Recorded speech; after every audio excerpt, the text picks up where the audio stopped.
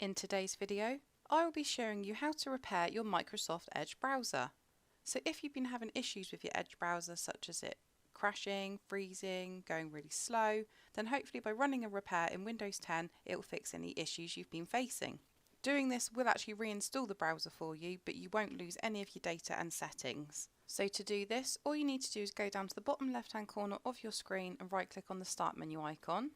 You then need to go onto Apps and Features. You now need to type Edge into the search box and then select Microsoft Edge. You now need to click onto Modify, and when this window pops up, just go ahead and click on Repair. So it will now begin to repair your Edge browser and reinstall it on your PC. And once that's finished, go ahead and launch your Edge browser, and hopefully that's fixed any issues that you have been facing. But that's it for this video. I hope this tutorial did help you. If it did, hit that like button below and subscribe for more computer sluggish tutorials.